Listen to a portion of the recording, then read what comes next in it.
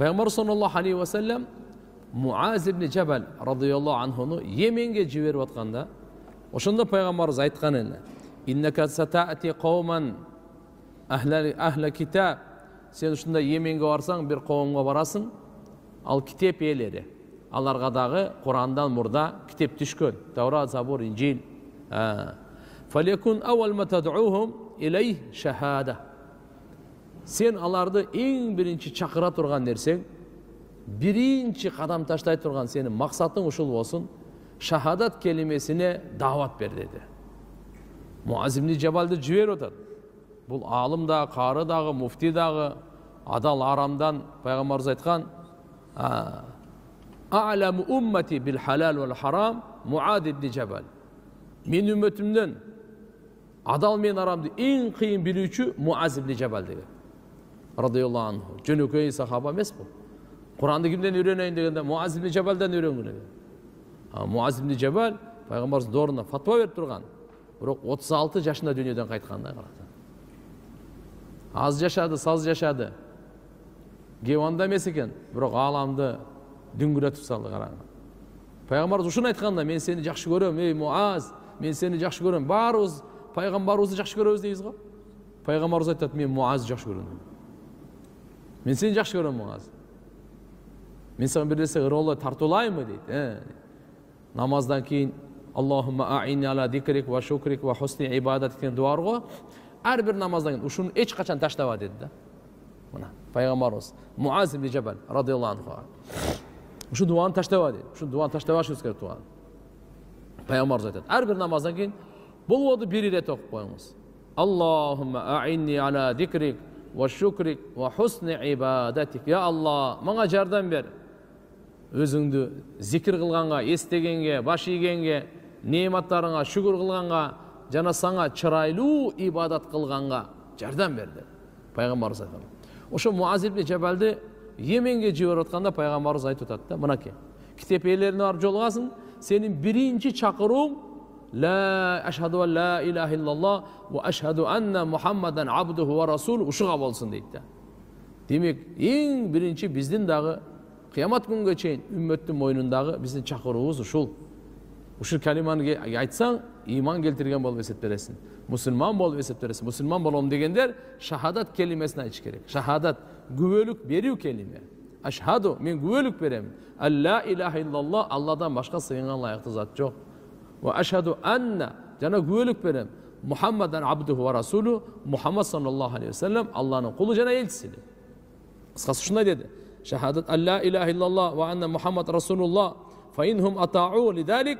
Эгерде булар баш ийип, макул деп, моюндап, ушу калиманы айта турган болсо, фа алимхум, аларга сен кабар берип кой: "Анналлаху таала фарада алейхим хамса салават фи кулли йом ва лейла". 24 сааттын ичинде Алла Таала силерге 5 мал намазды фарыз кылган. Буну айтып кой. Шахадат калимасын айттыбы, мусулман болуштубу, эми эмне кылыш керек?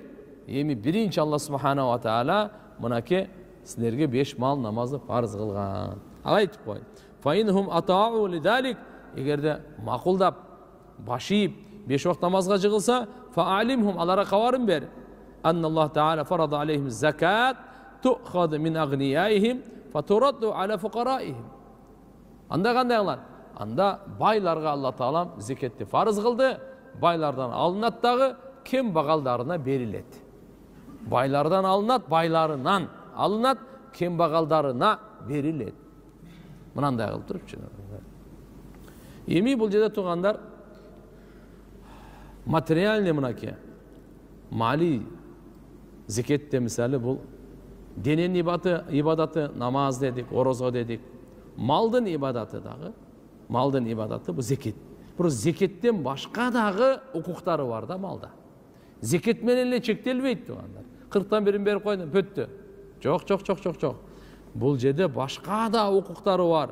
Хадисте келет, Тирмизи шариф, Дарукутни, булар Фатима бинти Кайс, энебиз. Фатима бинти Кайс деген болгон. Бул Фатима энебиз эмес. Радияллаху анха. Бул энебиз айтат, калат: "Кала Расулуллах саллаллаху алейхи ва саллям", пайгамбарыбыз айткан экен: "Инна фил мал хаккан сива закат". Мал мүлктө, байлыкта зекеттен башка да акысы бар деген экен. Тирмизиде, Дарақутниде келет бул. Фатима бинти Кайс энебиз айтып атат. Пайгамбарыбыз айтты дейт. Зекеттен башка дагы байлыгыңызда мен зекетти бердиңиз. Алла разы болсын. Зекетти бергенден кийин дагы деле сиздин мал мүлкүңүздө акысы бар.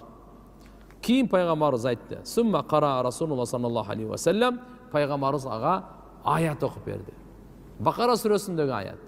Лейсал бир أن تولوا وجوهكم قبل المشرق والمغرب ولكن البر من آمن بالله واليوم الآخر والملائكة والكتاب والنبيين وآتى المال على حبه ذوي القربى واليتامى والمساكين وابن السبيل والسائلين وفي الرقاب وأقام الصلاة وآتى الزكاة والموفون بأهدهم إذا عاهدوا والصابرين في البأساء والضراء وحين البأس أولئك الذين صدقوا وأولئك هم المتقون degan ayat.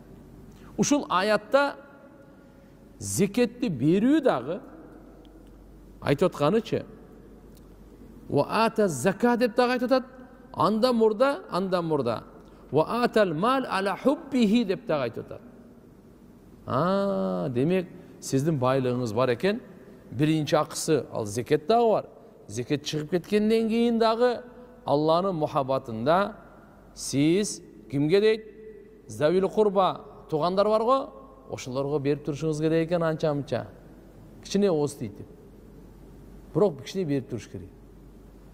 Жөн ассаламу алейкум, туганчылык жөн ассаламу алейкум менен бүтпөйт экен туган. Туганчылыкчы, ассаламу алейкум, жакшы күн. Ал жок. Аз болсо дагы иншалла тугандарга айтып атат завил курба. Вал ятама, жетимдердин акысы, бул зекеттен башка. Жетимден башка. Вал масакин, ибн сабил, вассаилин, тилемчилерге, вафир риқаб, кул азат кылганга, ушулардын да акылары бар дейт да. Ошон үчүн айтат, мисалы, зекеттин бир адам берди.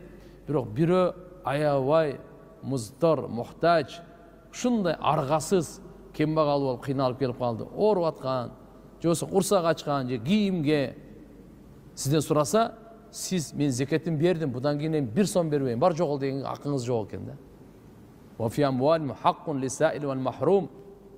Алардын мал мүлкүндө акысы бар алардын. Суроочуларга да, сурабагандарга да бериш керек экен да. Көп бир албасаңыз да кичине зекеттен башка дагы бериш керек экен акысы. Эми бул аяттын котормосун окуп коюңуз. Бул аятул бир деп коет. Аятул бир деген жакшылык аяты. Жакшылык эмне өзү? Алла субханаху ва таала мындай дейт Кур'анда. Силер жүзүңөрдүчү чыгышка карай, батышка карай бурууда эле жакшылык эмес. Бул пайгамбарыбыз саллаллаху алейхи ва саллям Меккеден Мединага көчүп келгенде 16 ай же 17 ай Бухари шарифтин риваятында пайгамбарыбыз саллаллаху алейхи ва саллям жана сахабалары менен Байтул Мақдис муқаддас Аксага карап намаз окушкан. Мединага келгенден кийин. Меккеден көчүп келди Мединага, Байтул Мақдис боякта. Аркасына булар ушул жакта карап 16-17 ай дегени бул 1 жыл 4 ай 5 ай ошого чейин Мединада Кабаны карап эмес, Аксаны карап намаз окушкан. Ошол жакта карап окушкан. Ошондон кийин анан Алла субханаху ва таала өкүм түшүргөн кыбланы буруу боюнча. Кыбланы буруу боюнча өкүм түшкөн. Кыбла бурулганда жөөттөр айткан силер эмне дегене?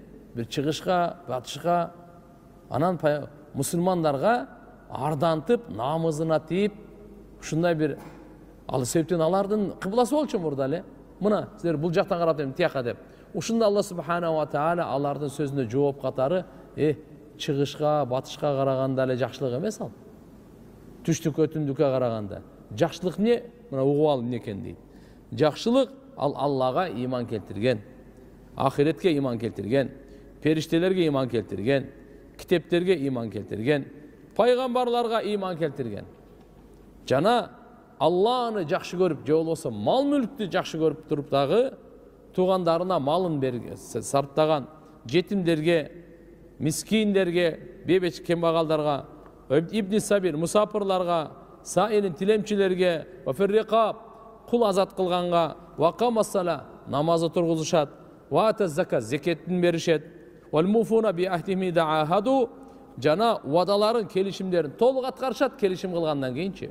Ва сабирин, жана сабыр кылуучулар, фил баса ва дарра ва хинал бас, кыйынчылыкта дагы, макулбу, ушундай бир оор күндөрдө дагы, согуш учурларында да, улайка аллазина садаку, мына ушул адамдар чынчылдар, ва улайка хумул муттакун, ушу адамдар таквалар дейт да.